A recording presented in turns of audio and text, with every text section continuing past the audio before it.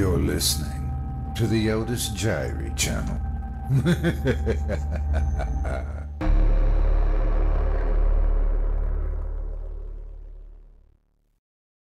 Two Black Bottles by H.P. Lovecraft and Wilfred Blanch Talman. Performed by Otis Jiry. Not all of the few remaining inhabitants of Dahlbergen, that dismal little village in the Ramapo Mountains, believe that my uncle, old Dominie Vanderhoof, is really dead. Some of them believe he is suspended somewhere between heaven and hell because of the old sexton's curse. If it had not been for that old magician, he might still be preaching in the little damp church across the moor. After what has happened to me in Dahlbergen, I can almost share the opinion of the villagers. I am not sure that my uncle is dead, but I am very sure that he is not alive upon this earth. There is no doubt that the old sexton buried him once, but he is not in that grave now. I can almost feel him behind me as I write, impelling me to tell the truth about those strange happenings in Dahlbergen so many years ago. It was the 4th day of October when I arrived at Dahlbergen in answer to a summons. The letter was from a former member of my uncle's congregation, who wrote that the old man had passed away, and that there should be some small estate which I, as his only living relative, might inherit.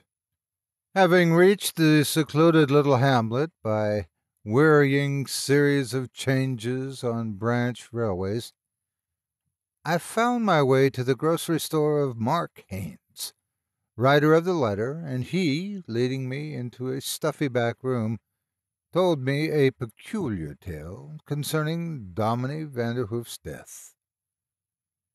"You should be careful, Hoffman," Haynes told me, "when you meet that old sexton, Abel Foster. He's in league with the devil, sure as you're alive. 'Twas 2 weeks ago Sam Pryor, when he passed the old graveyard, heard him mumbling to the dead there. 'Twa'n't right he should talk that way, and Sam does vow that there was a voice answered him, a kind of half-voice, hollow and muffled like, as though it come out of the ground. There's others, too, as could tell you about seeing him standing afore old Dominie Slot's grave.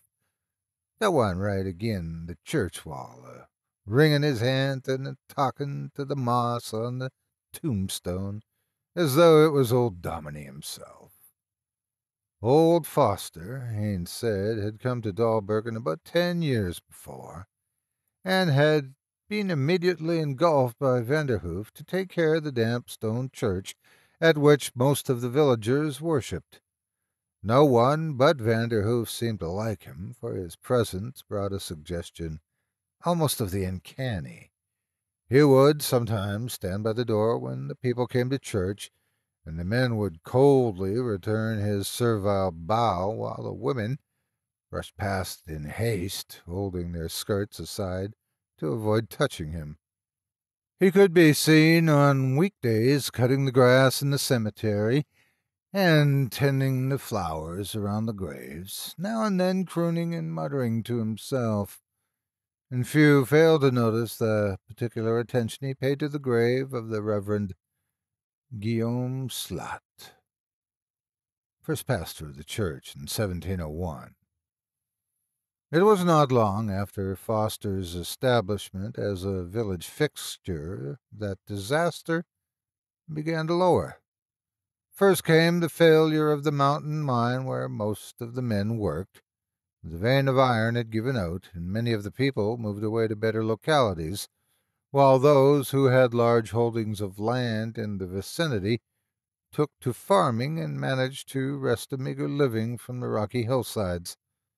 Then came the disturbances in the church.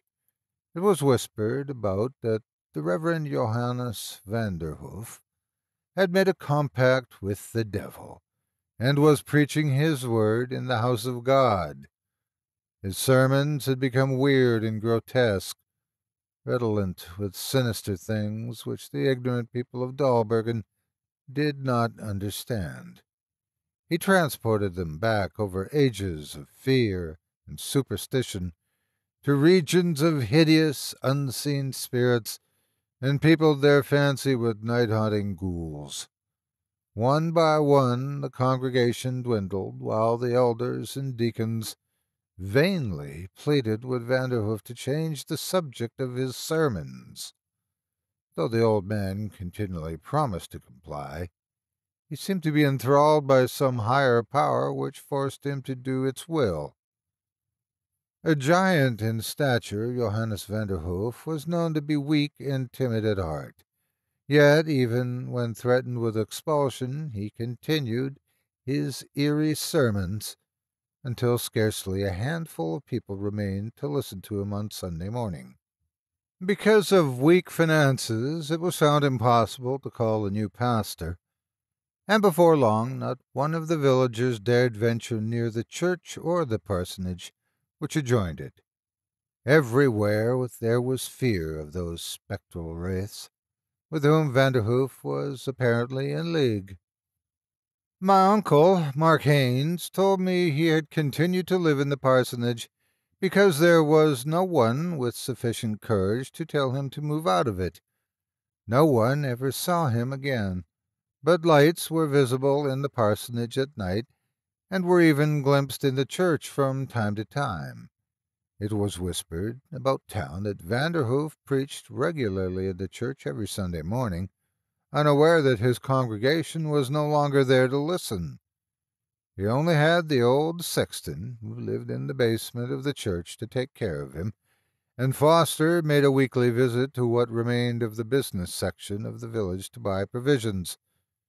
He no longer bowed servilely to everyone he met, but instead seemed to harbor a demoniac and ill-concealed hatred. He spoke to no one except as was necessary to make his purchases, and glanced from left to right out of evil-filled eyes as he walked the street with his cane, tapping the uneven pavements. Bent and shriveled with extreme age, his presence could actually be felt by anyone near him. So powerful was that personality which, said the townspeople, had made Vanderhoof accept the devil as his master.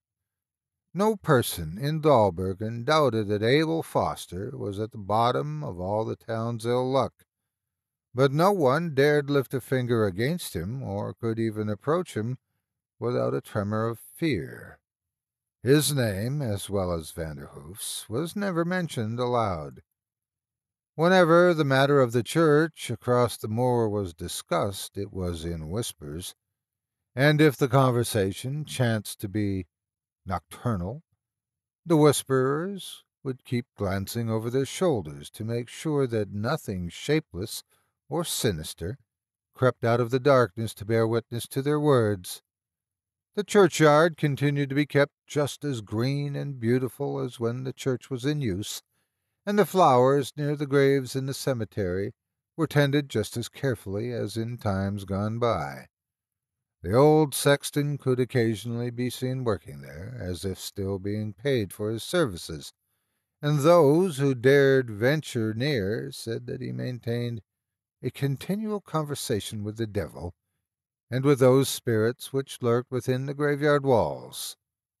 One morning, Haynes went on to say, Foster was seen digging a grave where the steeple of the church throws its shadow in the afternoon, before the sun goes down behind the mountain and puts the entire village in semi-twilight.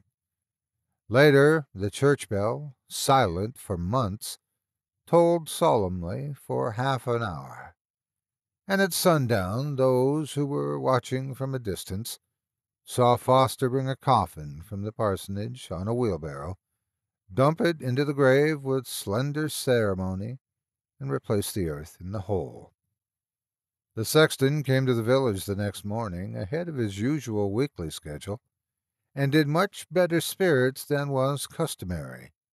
He seemed willing to talk, remarking that Vanderhoof had died the day before, and that he was buried beside that of Dominie Slot near the church wall.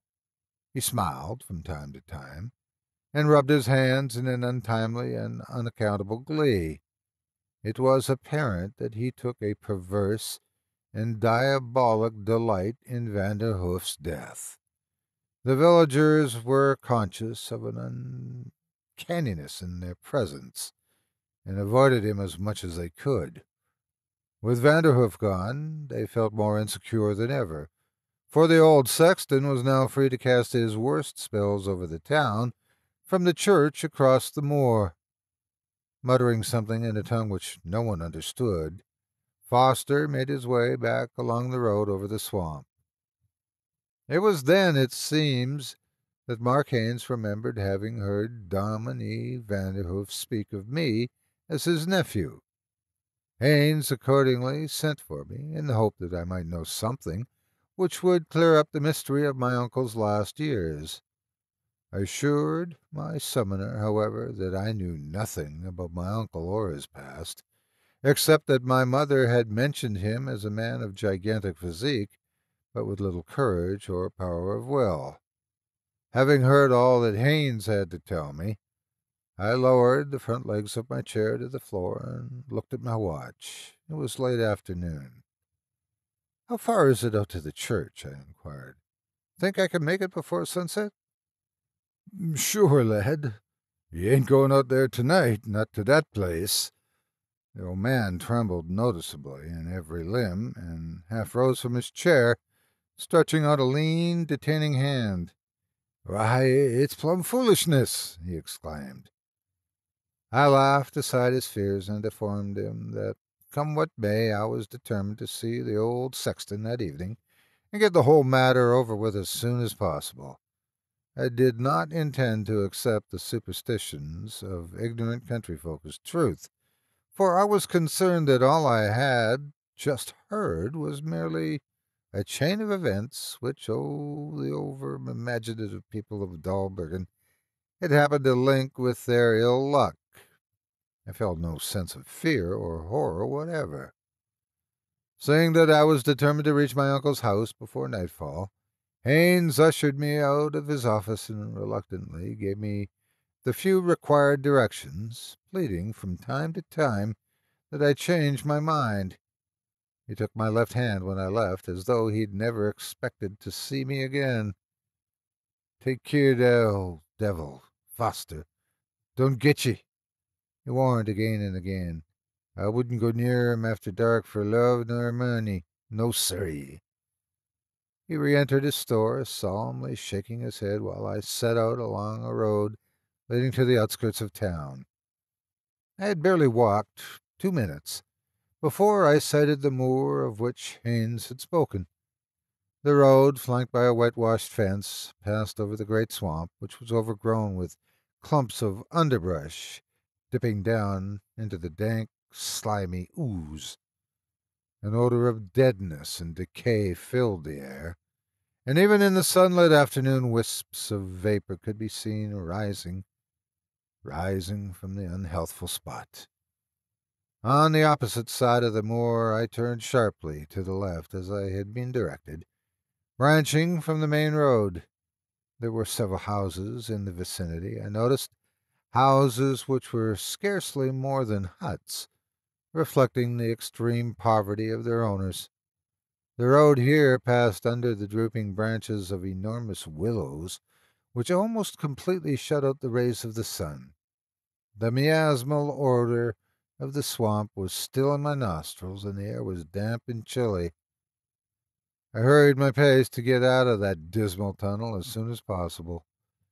Presently I found myself in the light again, the sun now hanging like a red ball upon the crest of the mountain, and was beginning to dip low, and there, some distance ahead of me, bathed in its bloody iridescence, stood the lonely church. I began to sense that uncanniness which Haines had mentioned, that feeling of dread which made all Dahlbergen shun the place. The squat stone hulk of the church itself, with its blunt steeple, seemed like an idol to which the tombstones that surrounded it bowed down and worshipped, each with an arched top like the shoulders of a kneeling person, while over the whole assemblage the dingy gray parsonage hovered like a wraith. I had slowed my pace a trifle as I took in the scene. The sun was disappearing behind the mountain very rapidly now, and the damp air chilled me. Turning my coat collar up about my neck, I plodded on. Something caught my eye as I glanced up again. In the shadow of the church wall was something white, a thing which seemed to have no definite shape. Straining my eyes as I came nearer, I saw that it was a cross of new timber surmounting a mound of freshly turned earth. The discovery sent a new chill through me. I realized that this must be my uncle's grave, but something told me that it was not like the other graves near it. It did not seem like a dead grave. In some intangible way it appeared to be living, if a grave can be said to live. Very close to it, I saw as I came nearer, was another grave, an old mound, with a crumbling stone about it. Dominie Slot's tomb, I thought, remembering Hayne's story. There was no sign of life anywhere about the place. In the semi-twilight, I climbed the low knoll upon which the parsonage stood and hammered upon the door. There was no answer. I skirted the house and peered into the windows. The whole place seemed deserted. The lowering mountains made nightfall with disarming suddenness the minute the sun was fully hidden. I realized that I could see scarcely more than a few feet ahead of me. Feeling my way carefully, I rounded the corner of the house and paused, wondering what to do next. Everything was quiet. There was not a breath or wind, nor were there even the usual noises made by animals in their nocturnal ramblings. All dread had been forgotten for a time, but in the presence of that sepulchral calm my apprehensions returned. I imagined the air peopled with ghastly spirits that pressed around me, making the air almost unbreathable. I wondered for the 100th time where the old sexton might be. As I stood there, half expecting some sinister demon to creep from the shadows, I noticed 2 lighted windows glaring from the belfry of the church. I then remembered what Haynes had told me about Foster's living in the basement of the building. Advancing cautiously through the blackness, I found a side door of the church ajar. The interior had a musty and mildewed odor. Everything I touched was covered with a cold, clammy moisture. I struck a match and began to explore, to discover, if I could, how to get into the belfry. Suddenly, I was stopped in my tracks. A snatch of song, loud and obscene, sung in a voice that was guttural and thick with drink, came from above me. The match burned my fingers and I dropped it. 2 pinpoints of light pierced the darkness of the further wall of the church, and below them, to one side, I could see a door outlined where light filtered through its cracks. The song stopped as abruptly as it had commenced, and there was absolute silence again. My heart was thumping, and blood racing through my temples. Had I not been petrified with fear, I should have fled immediately. Not caring to light another match, I felt my way among the pews until I stood in front of the door. So deep was the feeling of depression which had come over me that I felt as though I were acting in a dream. My actions were almost involuntary. The door was locked, as I found when I turned the knob. I hammered upon it for some time, but there was no answer. The silence was as complete as before. Feeling around the edge of the door, I found the hinges, removed the pins from them, and allowed the door to fall toward me. Dim light flooded down a steep flight of stairs. There was a sickening odor of whiskey. I could now hear someone stirring in the belfry room above. Venturing a low hello, I thought I heard a groan in reply, and cautiously climbed the stairs. My first glance into that unhallowed place was indeed startling. Strewn about the little room were old and dusty books and manuscripts, strange things that bespoke almost unbelievable age. On rows of shelves which reached to the ceiling were horrible things in glass jars and bottles, snakes and lizards and bats. Dust and mold and cobwebs encrusted everything. In the center, behind a table upon which was a lighted candle, a nearly empty bottle of whiskey and a glass, was a motionless figure with a thin, scrawny, wrinkled face and wild eyes that stared blankly through me. I recognized Abel Foster, the old sexton, in an instant. He did not move or speak as I came slowly and fearfully toward him. "Mr. Foster?" I asked, trembling with unaccountable fear when I heard my voice echo within the close confines of the room. There was no reply, and no movement from the figure behind the table. I wondered if he had not drunk himself to insensibility and went behind the table to shake him. At the mere touch of my arm upon his shoulder, the strange old man started from his chair as though terrified.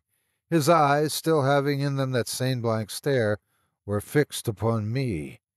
Swinging his arms like flails, he backed away. "Don't!" he screamed. "Don't touch me! Go back! Go back!" I saw that he was both drunk and struck with some kind of nameless terror. Using a soothing tone, I told him who I was and why I had come. He seemed to understand vaguely, and sank back into his chair, sitting limp and motionless. "I thought you was him," he mumbled. "I thought you was him come back for it. He's been a-trying to get out, since I put him in there." His voice again rose to a scream, and he clutched his chair. "Maybe he's got out now. Maybe he's out." I looked about, half expecting to see some spectral shape coming up the stairs. "Maybe who's out?" I inquired. "Vanderhoof!" he shrieked. "The cross over his grave keeps falling down in the night. Every morning the earth is loose and gets harder to pat down. He'll come out, and I won't be able to do nothing." Forcing him back into the chair, I seated myself on a box near him. He was trembling in mortal terror, with the saliva dripping from the corners of his mouth. From time to time I felt that sense of horror which Haynes had described when he told me of the old sexton. Truly there was something uncanny about the man. His head had now sunk forward upon his breast, and he seemed calmer, mumbling to himself. I quietly arose and opened the window to let out the fumes of whiskey and the musty odor of dead things. Light from a dim moon, just risen, made objects below barely visible.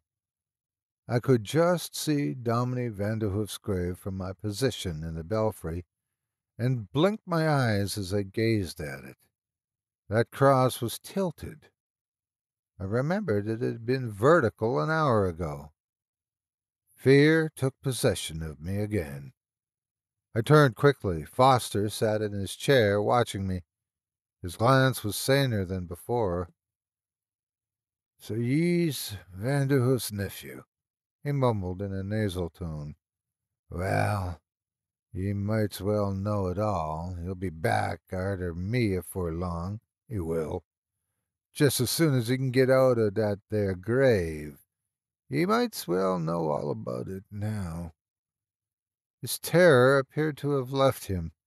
He seemed resigned to some horrible fate, which he expected any minute. His head dropped down upon his chest again, and he went on mumbling in that nasal monotone. "You see all them books there and papers? Well, they was once Dominie's slot. That's Dominie Slot, who was here years ago. All them things has got to do with magic. Black magic that the old Dominie knew afore he come to this country. They used to burn 'em and boil 'em in oil for knowin' of that over there. They did. But old Slot knew, and he didn't go for tellin' nobody. No, sir. Old Slot used to preach here generations ago, and he used to come up here and study them books and use 'em all them dead things in jars, and pronounce magic curses and things. But he didn't let anybody know it. No, nobody knowed it but Dominie Slot and me. You? I ejaculated, leaning across the table toward him. That is me, after I learned it. His face showed lines of trickery as he answered me. I found all this stuff here when I come to be church sexton, and I used to read it when I went at work, and I soon got to know all about it. The old man droned on while I listened, spellbound. He told about learning the difficult formulae of demonology, so that by means of incantations he could cast spells over human beings.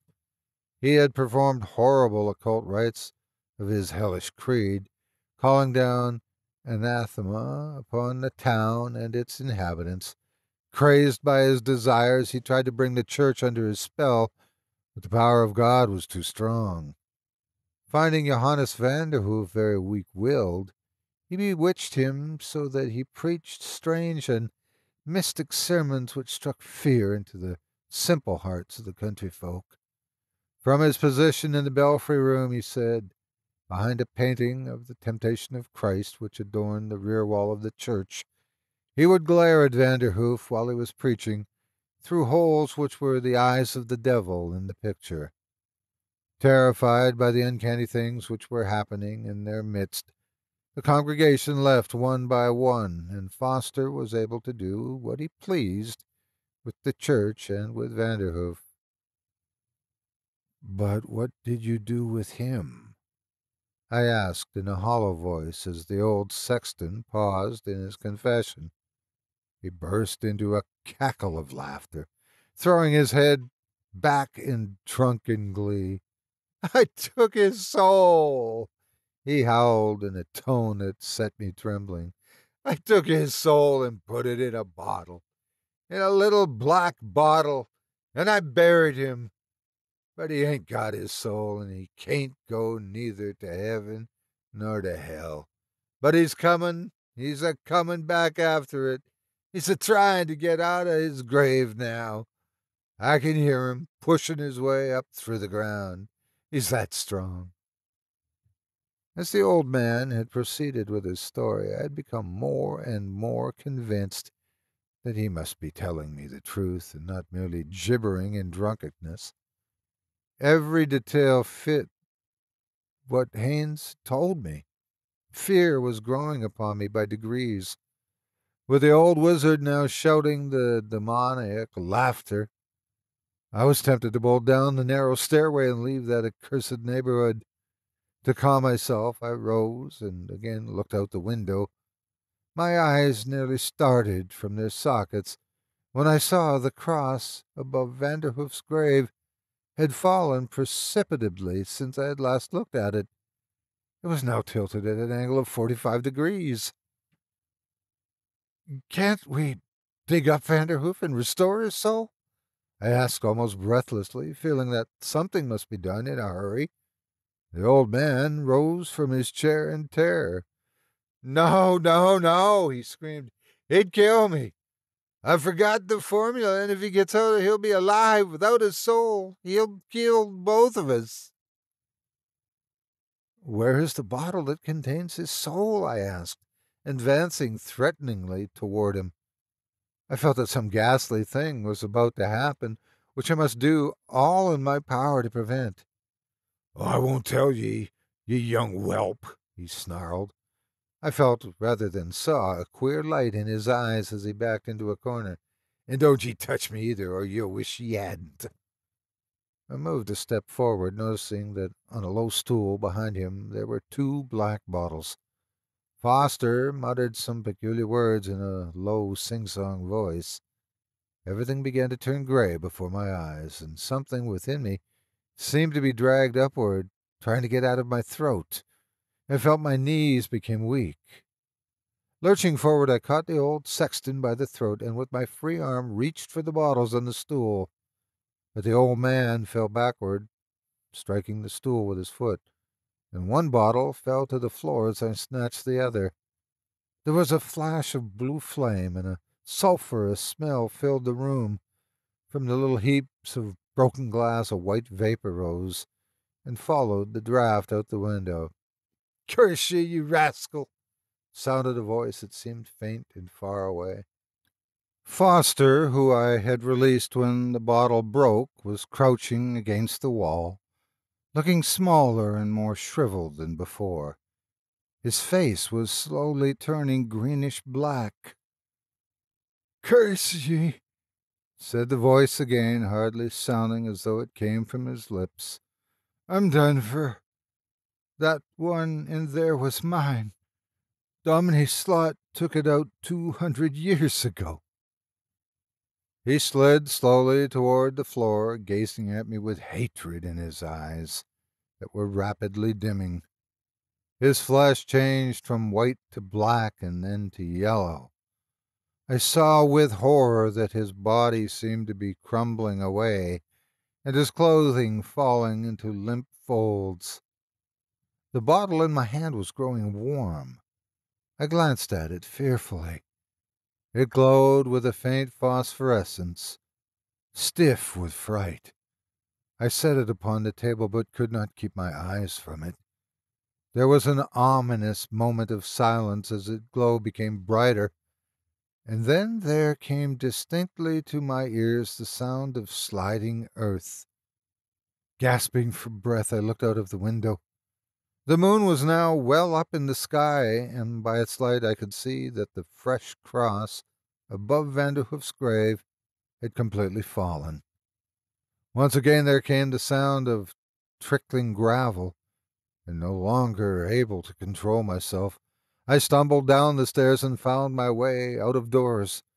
Falling now and then as I raced over the uneven ground, I ran on in abject terror. When I had reached the foot of the knoll at the entrance to that gloomy tunnel beneath the willows, I heard a horrible roar behind me. Turning, I glanced back toward the church. Its walls reflected the light of the moon, and silhouetted against it was a gigantic, loathsome black shadow, climbing from my uncle's grave and floundering gruesomely toward the church. I told my story to a group of villagers in Haines' store the next morning. They looked from one to the other with little smiles during my tale, I noticed, but when I suggested that they accompany me to the spot, gave various excuses for not caring to go. Though there seemed to be a limit to their credulity, they cared to run no risks. I informed them that I would go alone, though I must confess that the project did not appeal to me. As I left the store, one old man with a long white beard hurried after me and caught my arm. "I'll go with ye, lad," he said. "I do seem that I once heerd my grandpap tell of suthin' of the sort concerning old Dominie Slot. A queer old man I heerd he were, but Vanderhood's, he's been worse."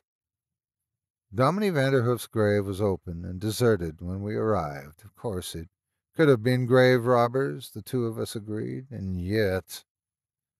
In the belfry, the bottle which I had left upon the table was gone, though the fragments of the bottle, the broken one, were found on the floor, and upon the heap of yellow dust and crumpled clothing that once had been Abel Foster were certain immense footprints. After glancing at some of the books and papers strewn about the belfry, we carried them down the stairs and burned them as something unclean and unholy. With a spade, which we found in the church basement, we filled the grave of Johannes Vanderhoof, and, as an afterthought, flung the fallen cross upon the flames. Old wives say that now, when the moon is full, there walks about the churchyard a gigantic and bewildered figure, clutching a bottle and seeking some unremembered goal.